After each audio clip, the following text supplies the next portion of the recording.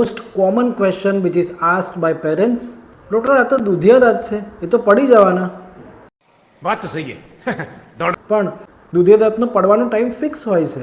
જે મોલસ છે એ 12 યર્સમાં પડે છે.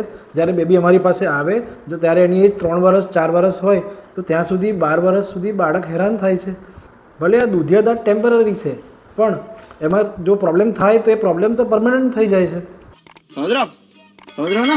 જેમ કે દાંતમાં એકવાર દુખાવો શરૂ થાય પછી બાળક જમવાનું બંધ કરી દે, બોલવામાં તકલીફ પડે, ઇવન સ્માઇલ કરે ને ત્યારે બી એને શરમ આવે છે. देखा आपने लापरवाही का नतीजा है. ઘણીવાર તો ઇન્ફેક્શન એટલું બધું વધી જાય કે ફેસ ઉપર પણ સોજો આવી જાય. ઇવન જે નવો દાંત બનતો હોય એમાં પણ અફેક્ટ થઈ જાય છે.